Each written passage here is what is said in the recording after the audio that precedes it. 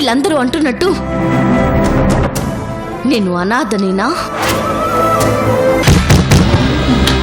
అశ్విని, అశ్విని ఆగు అశ్విని, అశ్విని నా మాట విను. నువ్వు కూడా ఈ ఇంటి మనిషివే, నా మనవరాలివి. నా మనవరాలు లాంటి దానివి. నేనిక్కడుంటుంది నీకోసం, నీతో గడపడం కోసం. నీ మీద ఆశతో నువ్వు చెప్పినట్టు చచ్చినట్టు నటించాను.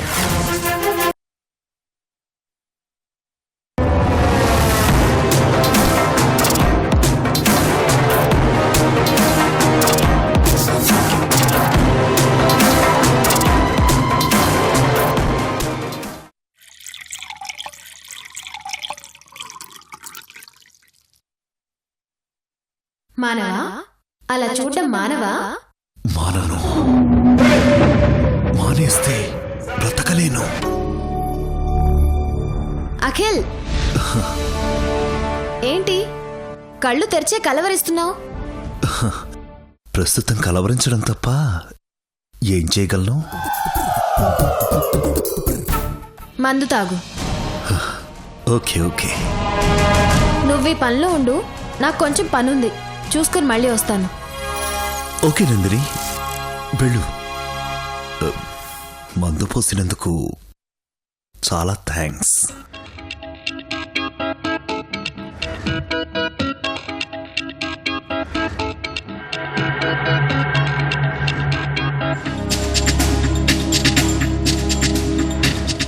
విక్రమ్, మన పని అయ్యే వరకు వీడిక్కడే పడుండాలి.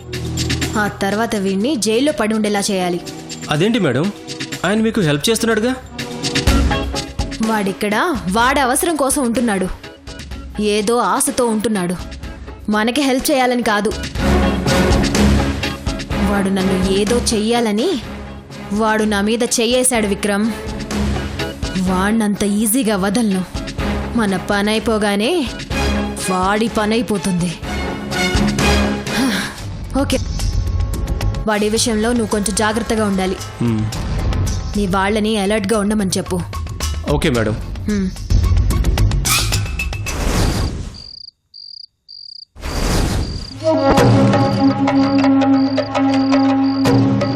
లక్ష్మి, లక్ష్మి. అమ్మ బయటికి వెళ్ళింది అంకుల్. నువ్వు ఎక్కడున్నావా? ఏంటి సడన్గా ఇంటి నుంచి వచ్చేసావు? నేను నీతో మాట్లాడాలనుకున్నాను, చూస్తే లేవు. ఫోన్ చేస్తే స్విచ్ ఆఫ్. అందుకే లక్ష్మితో ఏమన్నా మాట్లాడేవేమో అనుకొని ఇక్కడికి వచ్చా. నా మనసు నిశ్శబ్దాన్ని కోరుకుంటుంది అంకుల్. అక్కడుంటే తెలియకుండానే నా మనసులో ఏదో అలజడిగా ఉంటుంది. అందుకే నేను కాసేపు ఇక్కడ ఉందామని వచ్చాను. ఈ విషయం మాట్లాడటానికే నేను వచ్చింది. చెప్పు దీపక్, అసలు అశ్విని ఎవరు? అసలు అశ్వినికి నువ్వు రోజు ఎందుకంత ఇంపార్టెన్స్ ఇస్తున్నారు? నా మనోరాల కంటే ఎక్కువ ప్రిఫరెన్స్ ఎందుకు ఇస్తున్నారు? అసలు తను ఏం చేసినా ఏమీ అనట్లేదు, తను ఎలా మాట్లాడినా మీరేమి చేయట్లేదు. అసలు ఎవరా అశ్విని? తనకి మనకి ఏంటి సంబంధం? తను మన ఇంట్లో ఎందుకుంది అసలు? అయ్యో లేదు మావయ్య, నా కూతుర్ని నేనెందుకు తక్కువ చేసి మాట్లాడతాను? వద్దు దీపక్, నాకు ఎక్స్ప్లెనేషన్స్ వద్దు, నిజం కావాలి. కన్న కూతురని నువ్వు చూడట్లేదు, మనవరాలని రోజీ కూడా చూడట్లేదు. ఏం జరిగినా మీరు తనని వెనకేసుకొస్తున్నారు, తననే సపోర్ట్ చేస్తున్నారు. నా మనవరాలు ఎంత బాధపడినా పట్టించుకోవట్లేదు. చెప్పు దీపక్, చెప్పు. ఎప్పుడూ లేనిది ఎందుకంత తేడా కనిపిస్తుంది? చెప్పు దీపక్, నువ్వు ఇప్పుడు చెప్పకపోతే నా మీద ఒట్టే. ఏ సంబంధం లేని అశ్విని గురించి నా మనవరాల్ని ఎందుకు బాధ పెడుతున్నారో? ఉంది మావయ్య, సంబంధం ఉంది. తనకి మనకి రక్త సంబంధమే ఉంది. రక్త సంబంధమా? అవును మావయ్య, అశ్విని ఎవరో కాదు, మీ మనవరాలు.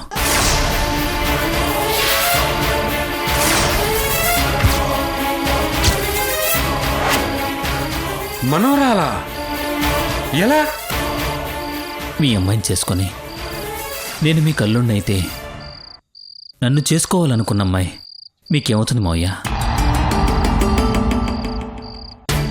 నిన్ను చేసుకోవాలనుకుందా? ఎవరు ఎవరు అమ్మాయి? అంటే నా కూతురు కాకుండా నీకు ఇంకో అమ్మాయితో సంబంధం ఉందా?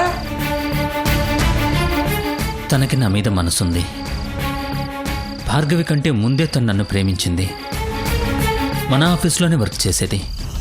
ఏ పని చేస్తున్నా తన మనస్సు, కన్ను, చెవి అన్నీ నా మీదే ఉండేవి.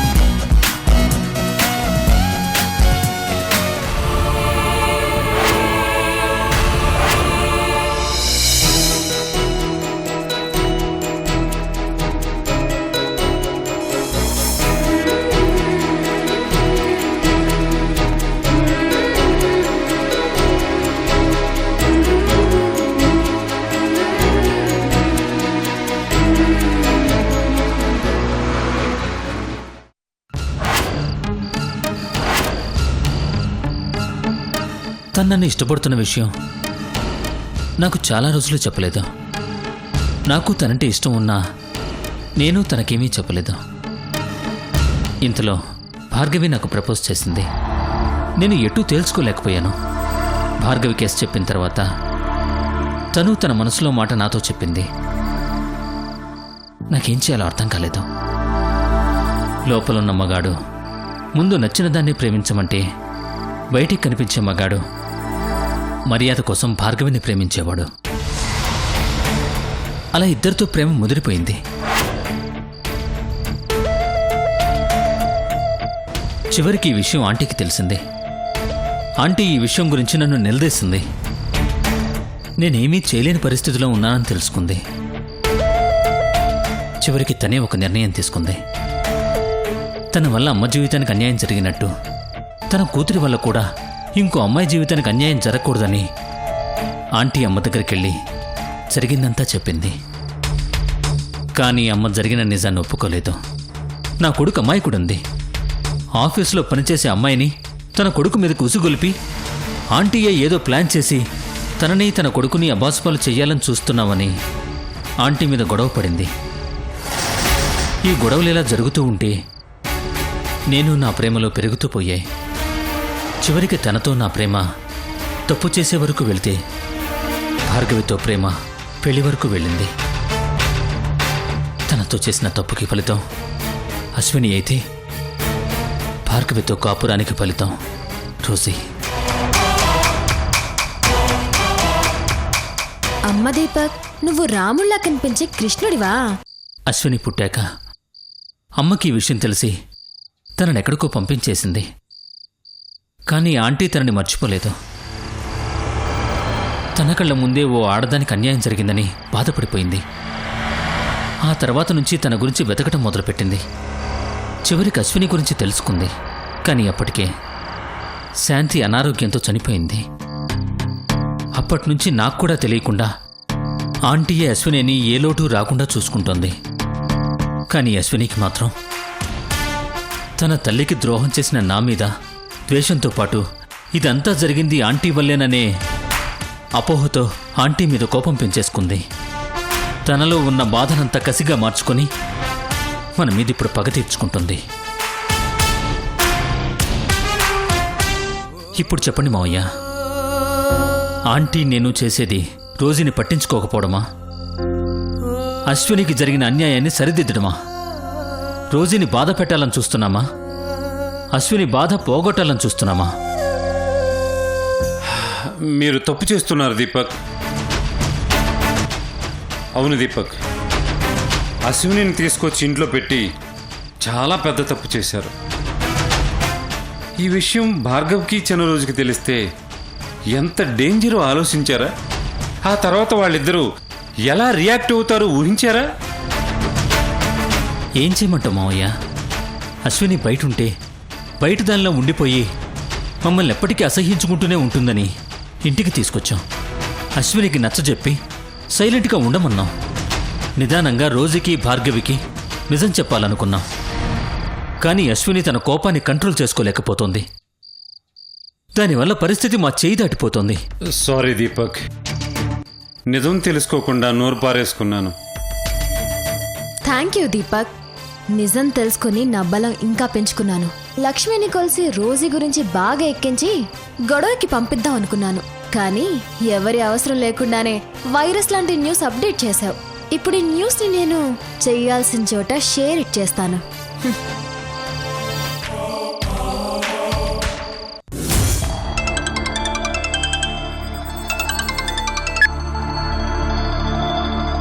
చెప్పరా, ఎప్పుడు చూసావు? ఎక్కడా? Okay, thank you. I love you రా.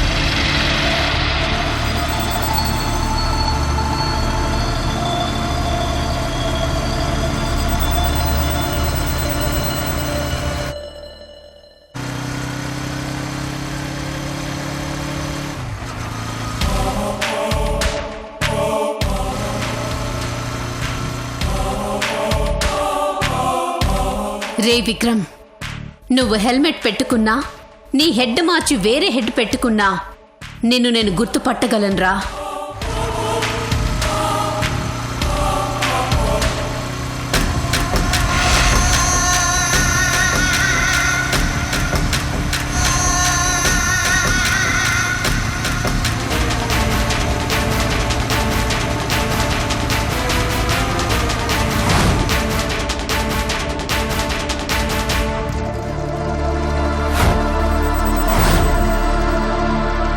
రే విక్రమ్, దొరికిపోయావురా.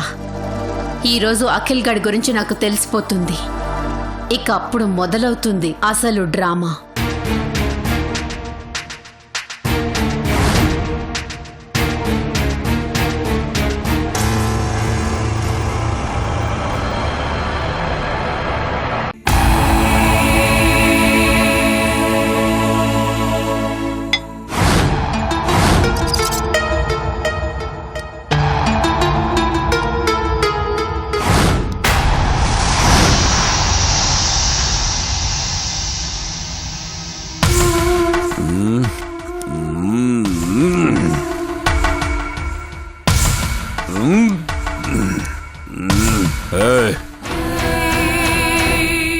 బాటిల్ మీద బాటిల్ తాగుతుంటే ఇలా బాటిల్ మూత కూడా ఓపెన్ చేయలేవు.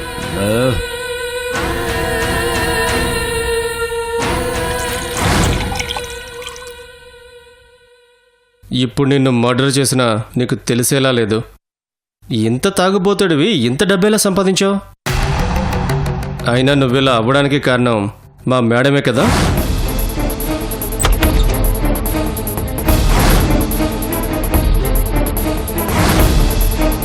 ఇదేంటి మాటలు వినిపించాయి, ఇంతలోనే ఎవరు లేరు? లోనికొచ్చిన విక్రమ్ గాడు ఏమయ్యాడు?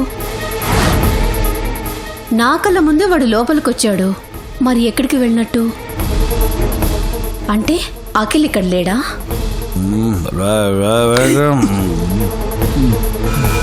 ఆ వాయిస్ ఎవరిది? చా, ఎవ్వరూ కనపడటం లేదు.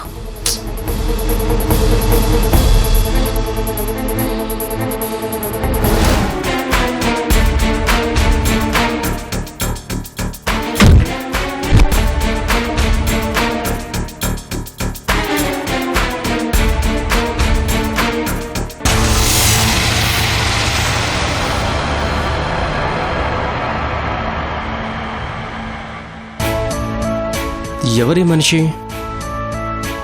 ఇక్కడికి ఎందుకు వచ్చింది? ఇల్లంతా ఎందుకు వెతికింది?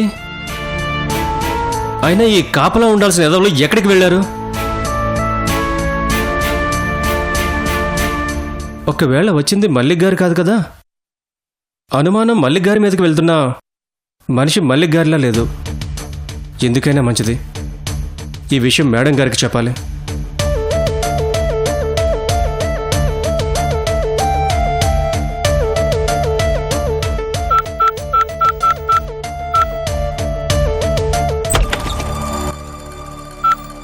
ఎక్కడికి వెళ్ళారా? సిగరెట్ కన్నా. సిగరెట్కి వెళ్తే ఒకటే వెళ్ళొచ్చు కదా, ఇద్దరు వెళ్ళిపోతే ఎక్కడెక్కడ కాపలా ఉంటాడు? జాగ్రత్తగా ఉండండి, తేడా వస్తే మేడం తలకాయ తీసేస్తుంది. అలాగే అన్నా. ఓకే, నేను వెళ్తున్నాను, జాగ్రత్త, ఎవరు రాకుండా చూసుకోండి. అలాగే అన్నా. ఎవరైనా వస్తే నాకు కాల్ చేయండి.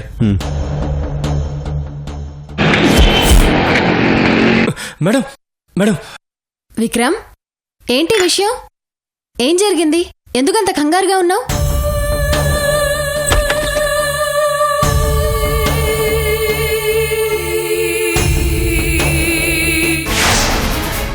నిన్ను ఫాలో చేసిందంటే తను ఎవరై ఉంటుంది? అది తెలుసుకుందామంటే ముసుగులో ఉంది కదా మేడం. ముసుగేసుకుని నిన్ను ఫాలో చేయాల్సిన అవసరం ఎవరికుంది? ఒకవేళ ఇంతకుముందు నువ్వు ఎవరినైనా ఫాలో చేసావా?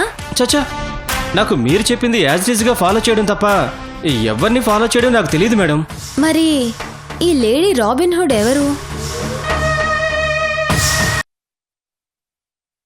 ఒకవేళ మల్లిక కాదు కదా? మల్లిక గారా? ఆవిడ నన్నెందుకు ఫాలో చేస్తుంది మేడం?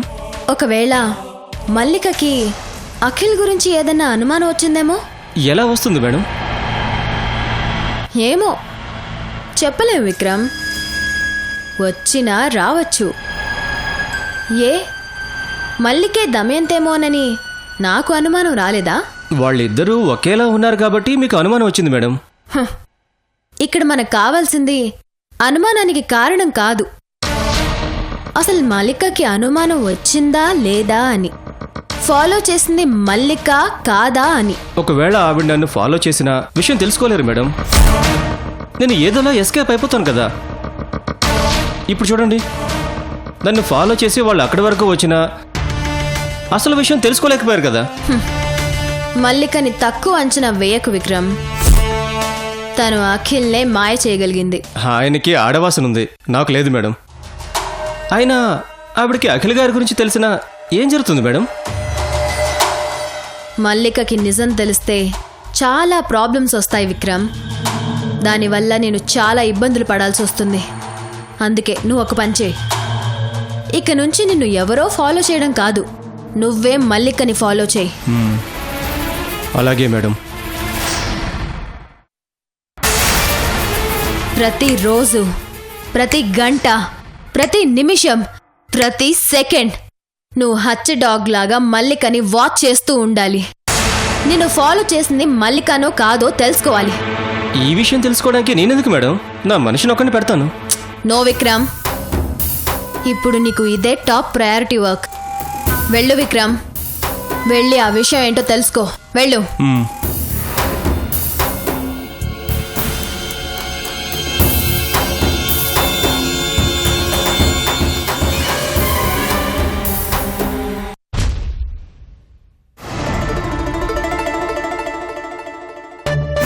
అయినా తనకి నీకు పోలికెందుకు, పోటీ ఎందుకు?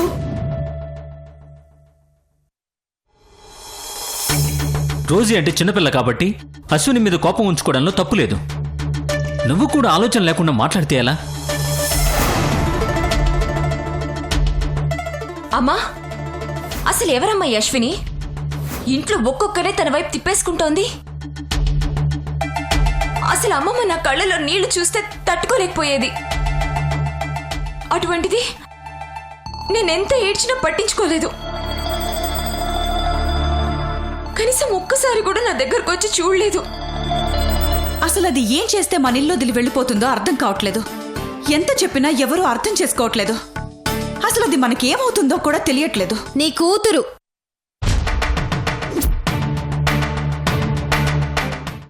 తను నీ కన్న కూతురు కదూ? తను నీకేమీ కాదని చెప్పమ్మమ్మా. నాకు నువ్వెంతో, తను కూడా అంతే రోజీ. తను నా మనవరాలే రోజీ.